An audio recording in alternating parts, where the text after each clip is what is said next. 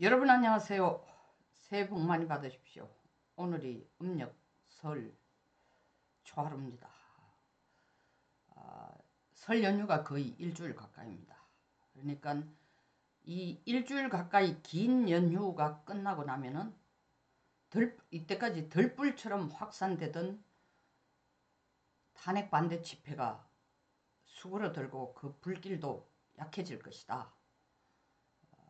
이때까지 보수의 행동들을 분석해온 정치평론가들의 상당수가 그렇게 분석하고 있고, 혹은 민주당 역시 그렇게 분석합니다. 우파들이 하는 행동이라는 건 저러다가 말지 끝장을 보는 기질도 없으니까 대충 사그러들 거야. 한 일주일쯤 되면 이제 뭐 숫자도 줄어들고 그 에너지도 줄어들고 그냥 뜨뜻미지근해질 거야. 저는 생각을 달리합니다. 가장 큰 이유는 지금 탄핵 반대 시위는 과거 어느 때 경험한 것과 다른 성격의 집회이고 시위입니다. 가장 가까운 예로 들자면 우리가 8년 전 박근혜 대통령 탄핵 때와의 양상과 성격과 그리고 집회에 참여하는 사람들의 연령과 그들의 생각이 전혀 다르기 때문입니다. 그때는 그냥 언론에 여론에 휩싸여 가지고 그 언론의 쓰나미, 여론의 쓰나미에 의해서 객관적으로 뭘 생각하지도 할 여유도 가지지도 못했고, 그냥 박 대통령을 뭐 악녀화하고 추녀화하고 무능한 여자로 만드는데 그냥 휩쓸려 갔습니다. 그러나 지금 이번에는 다르다는 거죠. 이 심규진 교수 73년생 한동훈이라는 책을 써서 이미 이 미디어를 통하거나 이래서 나름 이름이 여러분들에게 좀 익숙해져 있을 것입니다. 이 교수님이 쓴 책을 읽은 분들도 있을 거고, 그 책으로 이미 미디어를 통해서 자기 이름을 알린 분이지만, 뭐 그 후에도 최근 사태 겸 사태 이후로 여기저기 인터뷰를 하면서 얼굴을 드러냈습니다. 최근에 월간조선의 이슈 분석이라고 기사를 쓴, 말은 기사지만 거의 한 7페이지에 해당하는 긴 글을 썼어요. 이 탄핵 때와 달리 우파가 무너지지 않는 이유라고 해서 분석을 해놓은데, 상당히 저도 뜻을 같이 하고 공감하기 때문에 제 나름대로의 목소리를 이 교수님이 쓴 기사를 근거로 하면서 제 나름대로의 목소리로 여러분들에게 한번 재분석을 드리고 싶습니다. 가장 큰 거는 문정권 때와 문정권을 통한 학습 효과로 이제 다시 안 속는다. 우리가 박근혜를 탄핵시키고 그 탄핵 열기에 의해서 정권을 재창출할 줄 알았더니 택도 없이 무너지면서 문재인이 5년 동안 집권하고, 그리고 난 뒤에 5년 집권한 결과물은 뭐냐면 보수가 뿌리째 붕괴되는 모습뿐이었다. 근데 그 그루터기만 거의 겨우 남아있는 보수를 마지막 말살하려고 하는 이재명, 우리는 안 속겠다. 그게 아무래도 가장 큰 이유라는 거죠. 동감합니다. 그런데 더 두드러지는 현상은 그때의 탄핵 시위에 참석했던, 탄핵 반대 시위에 참석했던, 숫자적으로 탄핵 찬성 시위가 압도적으로 많았습니다. 그리고 탄핵 시위에 참석하는, 탄핵 반대 시위에 참석하는 숫자의 대다수가 소위 말하는 아스팔트 우파 태극기 부대였음에 비해서 이번에 가장 두드러지는 것은 20, 30대라는 겁니다. 그들이 압도적으로 숫자가 많았을 보다도 그들의 목소리가 아주 가장 두드러진다는 겁니다. 근데 재밌는 것은 여론조사를 보면은 12월 3일 이후 이 1년의 이 사태들을 통해서 여러 여론조사가 나온 걸 보면은 아직도 탄핵 찬성 퍼센티지가 탄핵 반대보다는 조금 높습니다. 그럼에도 불구하고 윤석열 대통령 지지에 대한 퍼센티지는 이재명에 대한 지지보다 훨씬 높습니다. 윤석열 대통령 지지율이 거의 50%에 육박한데 이재명에 대한 반대 여론이 60%를 넘습니다. 왜냐하면 이때까지 나온 여론조사를 보면 이재명이 대통령에 가장 적합한 인물이다. 혹은 대통령으로서의 가장 우리가 지지하는 인물이다라는 퍼센티지가 높게 나왔을 때가 37% 정도입니다. 40%를 훨씬 넘어선 적이 한 번도 없습니다. 그러니까 60%가 아직 이재명은 절대로 안 돼. 무슨 일이 있어도 이 목소리가 압도적이라는 겁니다. 그럼 왜 이런 건가? 그 윤석열이 무엇을 잘하고 있기 때문에 혹은 이재명이 뭘 못하고 있기 때문으로 근본적으로 그것이 근본적인 문제를 파헤치는 이 하나의 채널이 될 것 같습니다. 윤 대통령이 탄핵에 찬성하는 숫자가 아직 반대하는 숫자보다 아직 미세한 차이지만 더 높다라는 것은 윤 대통령이 압도적으로 뭘 잘하고 있다기보다는 뒤집어 말하면 민주당이 너무 잘못하고 있다는 겁니다. 그 첫 번째 이유가 민주당이 해도 너무하다. 지나친 무리수를 썼다는 거죠. 대통령을 내란 수개로 프레임을 걸어서 몰아붙이고 체포하고 구속하고 뭐 이렇게 끌고 가는 것 자체가 어마어마한 역효과를 불러왔다는 거죠. 그러니까 실질적으로 국힘이 아무것도 안 하고 무능정당으로 식물정당으로 앉아있는데도 불구하고 대통령 지지율이 올라가는 만큼 국힘의 지지율이 올라가는 것이 실제로 국힘이 뭘 잘해서가 초도 없고 그냥 민주당이 너무 지나치고 너무 불법을 하고 너무 무리한 것에서 온 반사이익. 민주당이 역효과를 스스로 불러옴으로써 국힘이 지금 수혜자가 되고 있다는 겁니다. 그리고 이제 앞에서 말씀드린 것처럼 문정권을 통한 학습 효과로 절대로 우리가 이재명을 대통령으로 내세워서는 안 되겠다. 정과 사범에 지금 5개의 재판을 하고 있고 뭐 혐의가 있는 12건의 사건들이 있고 어떻게 이런 사람한테 이 나라를 맡길 수 있는가. 거기에 대해서는 이론의 여지가 없다는 거죠. 그 두 번째 이유는 이 싸움이 이때까지 우리가 민주화 운동 뭐 반체제 그리고 그다음 독재체제 그다음에 군부 독재체제를 무너뜨리고 문민체제로 가고 민주주의 체제로 간다 할 때까지의 싸움과는 싸움의 성격이 전혀 다르다는 거죠. 그때까지의 이 많은 싸움들은 촛불 집회 그리고 싸움은 주한미군 뭐 철수라든지 뭐 등등 이 싸움은 사실 진영 싸움이었던 거예요. 좌파냐 우파냐. 근데 이번 이 집회는 그리고 이 싸움은 좌파냐 우파냐 하는 진영 싸움이 아니고 이게 국제적인 영역으로까지 확산돼 버렸다는 겁니다. 물론 뭐 오늘 아침에 730만 해외 동포들이 막 대통령을 지금 석방하라. 지금 대한민국 민주주의가 이렇게 붕괴돼서 안 된다는 호소문을 내는 그런 예도 있었지만 꼭 그런 게 아니더라도 왜 진영 싸움이 아닌 이게 완전히 소위 말하는 친중 반미냐 아니면 친미 반중이냐라는 국제적인 프레임으로 대항하는 국제정치 형태의 이게 싸움이 됐다는 겁니다. 그건 누가 그렇게 만드냐? 그건 민주당이 그렇게 만든 거예요. 왜냐하면 12월 3일 탄핵안 소추안에서 처음 넣는 게 뭡니까? 민주당이 대통령의 외교정책에 대해서 잘못하고 있으니까 당신은 탄핵당해야 된다. 그 외교정책 잘못한 게 뭐냐? 중국 도외시하고 북한 도외시하고 러시아 도외시하고 일본만 가까이 지내는 거 이거는 기이한 외교정책이다라고 들고 나온 거예요. 이렇게 탄핵 소추안에 이게 탄핵의 이유로 대통령의 외교정책이 들먹거려진다는 것은 민주주의에서는 있을 수도 없는 일이다 하고 미국뿐만 아니라 다른 세계의 민주주의 국가들이 동시에 한국의 대통령 탄핵 사태에 대해서 관심을 가지고 계엄 사태에 대해서 관심을 가지고 들여다보고 시작하고 관심을 가지기 시작했다는 겁니다. 그럼 이 친중 반미 친미 반중에 대한 이 프레임워크가 누구에게 가장 어필하는 힘을 가지고 있느냐.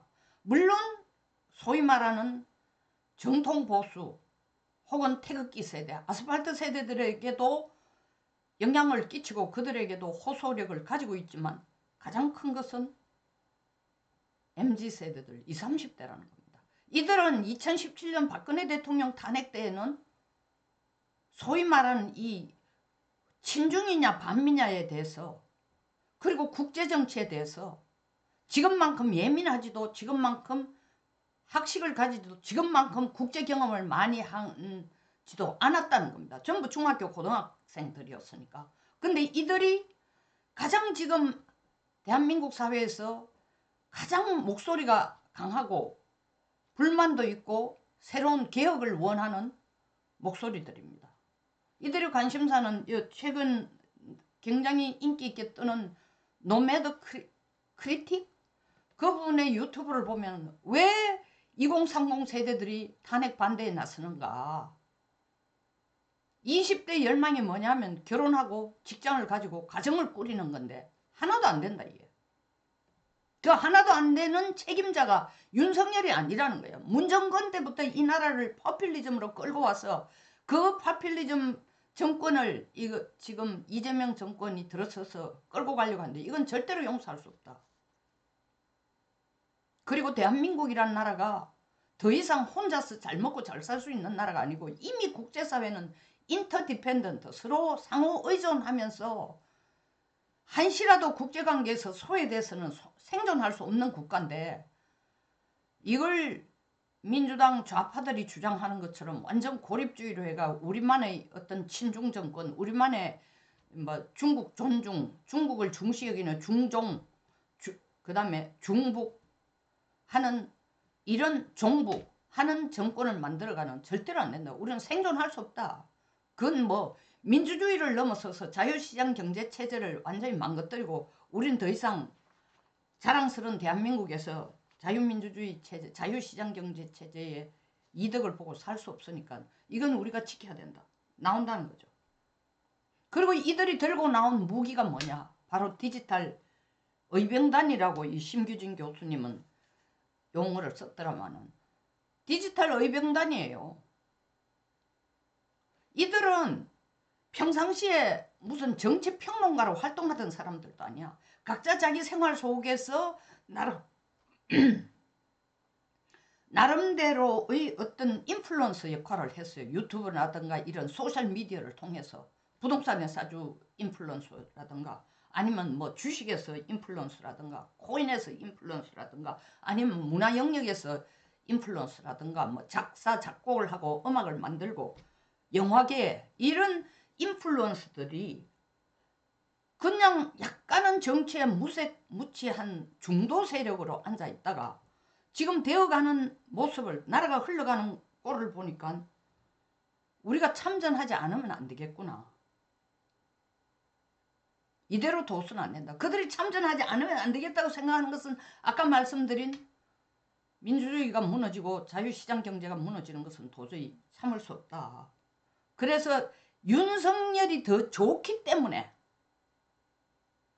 참전하기보다는 민주주의 체제를 지켜야 된다. 자유시장 경제 체제를 지켜야 된다라는 그 그게 절박한 게 이유는 그런 나라에 자기들이 계속 살아야 되고 그런 나라에 자기들이 결혼하고 자식들을 키워야 되는 나라이기 때문에 이걸 우리가 지켜야 된다는 의무감, 책임감 그리고 반드시 이걸 지켜야 된다는 절박감에서 뛰어나온다는 거예요. 그리고 이들 중에 제가 한남동 저 관저 앞에서 나가서 무대에 서서 몇 번 연설을 하고 난 뒤에도 그 젊은이들이 거기 집회에 나온 젊은이들을 인터뷰를 해보니까 그 사람들 중에 많은 숫자는 아니지만 꽤나 여러 사람들이 2019년 홍콩 민주화 시위에 직접 가본 사람들이더라고.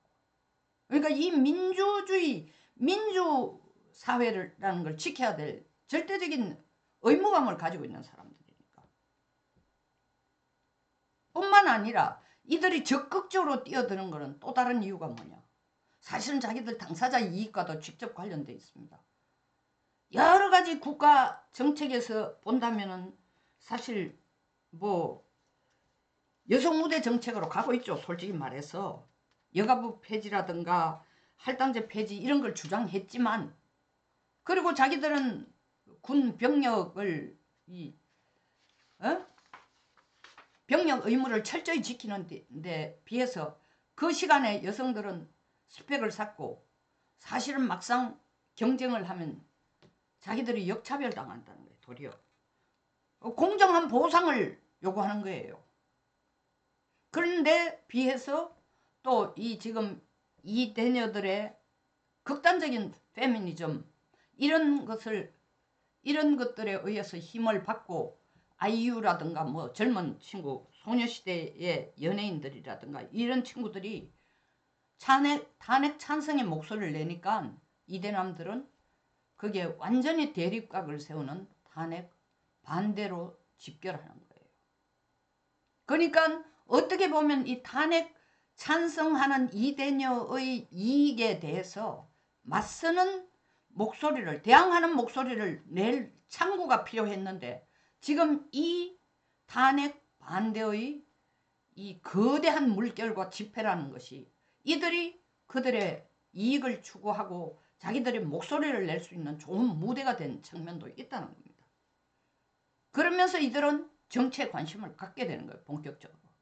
그러면서 동시에 아까도 말씀드린 것처럼 뭐 부동산이나 코인이나 뭐 종교나 뭐 그리고 철학이나 음악이나 이런 문화적인 측면에서의 활동을 하던 사람이 그 영역을 정치에까지 확장을 시켜서 새로운 문화 전쟁을 일으키고 새로운 문화 전쟁의 전선을 확대시키고 그들이 적극 참여하는 형태가 되어간 거예요.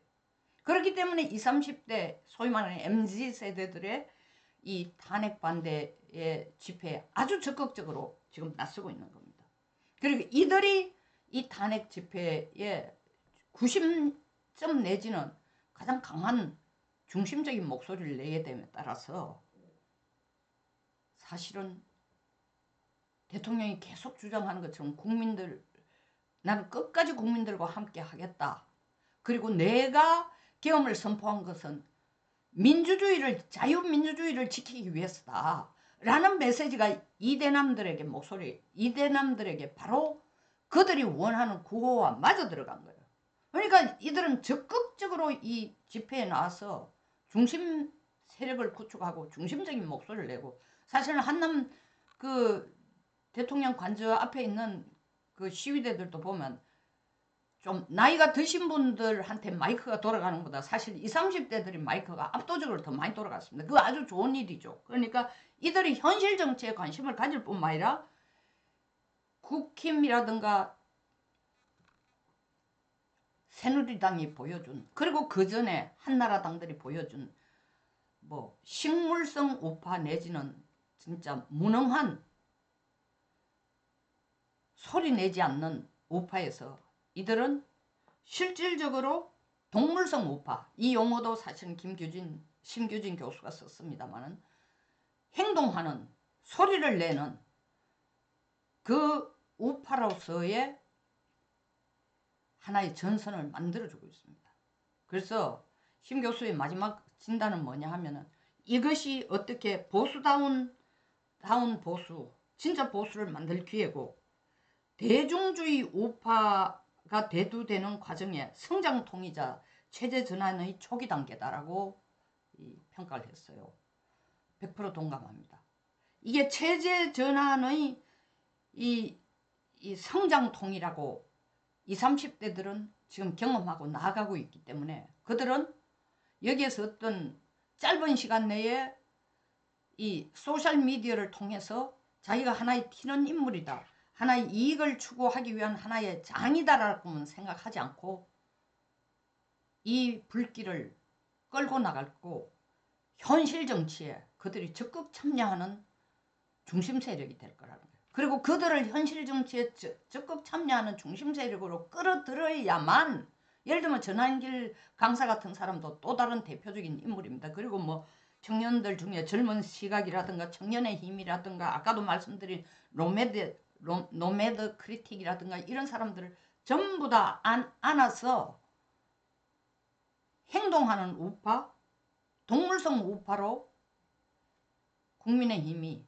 보수가 변형되어 가지 않으면 지금의 집회는 대통령의 희생을 통한 계엄과 맥을 같이 못하고 그냥 영원히 사그러지고 이재명에게 정권을 내주게 될 것입니다.